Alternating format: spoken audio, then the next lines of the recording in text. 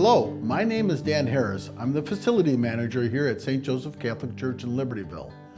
Welcome to our Lent homily series called Take Away the Stone, Breaking Barriers, Building Real Community.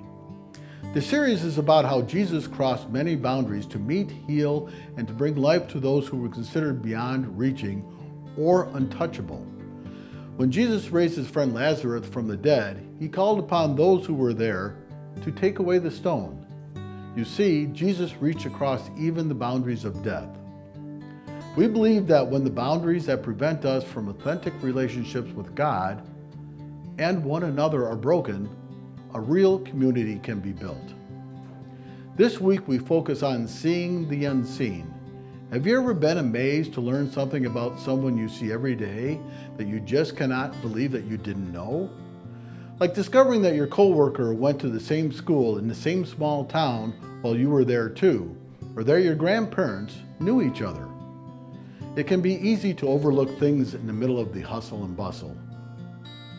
In our Lenten series, we are focused on breaking barriers to build real community. Sometimes we overlook or even turn a blind eye to barriers that prevent us from really connecting to others. Some things might seem easier or more comfortable to ignore than to address.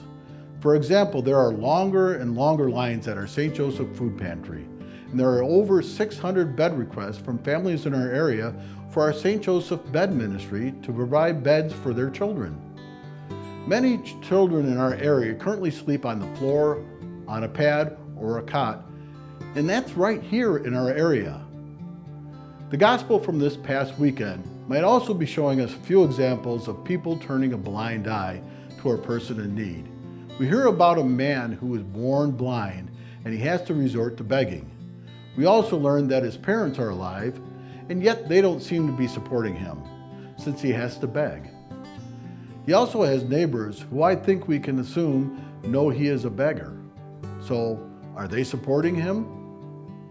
Maybe not, since he has to beg. There seems to be a lack of real community for the blind man, both within his family and in his neighborhood.